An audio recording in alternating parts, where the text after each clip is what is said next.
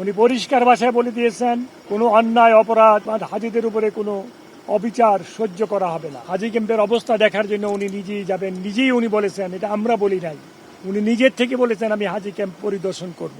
তোমার রহমতুল্লাহ ওয়া বারাকাতুহু। আলহামদুলিল্লাহ, আল্লাহর রশিদ মেহরবানিতে আমাদের মাননীয় প্রধানমন্ত্রীর সভাপতিত্বে আজকে আমাদের জাতীয় কমিটির মিটিং হয়েছে।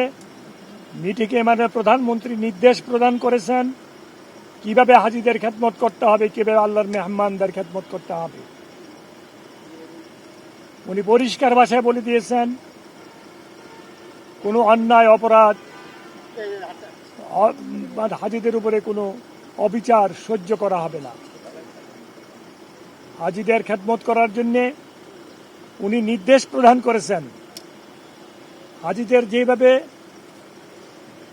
সুন্দর এবং ভালোভাবে হজ পালন করতে পারে হাজিরা, সেই বিষয়ে উনি অনেক নির্দেশনা দিয়েছেন। আমরা আজকে অনেক কিছু জানতে পেরেছি, বুঝতে পেরেছি মাননীয় প্রধানমন্ত্রীর নির্দেশনা থেকে। উনি হাজিদের ব্যাপারে অত্যন্ত সচেতন। উনি 2-1 দিনের মধ্যে হাজি ক্যাম্পে যাবেন। যে হাজি ক্যাম্পে হাজিরা এসে উঠবে, হাজি ক্যাম্পের অবস্থা দেখার জন্য উনি নিজেই যাবেন, নিজেই উনি বলেছেন, এটা আমরা বলি নাই, উনি নিজের থেকে বলেছেন আমি হাজি ক্যাম্প পরিদর্শন করব।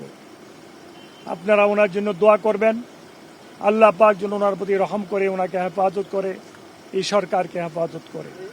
আসসালামু আলাইকুম। ফ্লাইট জটিলতা দেখা দিতে পারে, বিশেষ করে তেলের দাম এবং মধ্যপ্রাচ্য পরিস্থিতি, এইগুলো নিয়ে আগাম সতর্কতা কি নিচ্ছেন?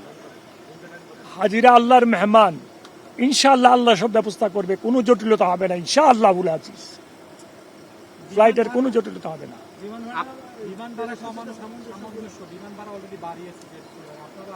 না, বিমান ভাড়া বাড়ে নাই, বিমান ভাড়া কিছু কমেছে হাজিদের জন্য। হ্যাঁ, হাজিদের জন্য কমেছে। ফ্লাইট 17 তারিখে রাত্রে মাননীয় প্রধানমন্ত্রী উদ্বোধন করবে ইনশাআল্লাহ আজিজ।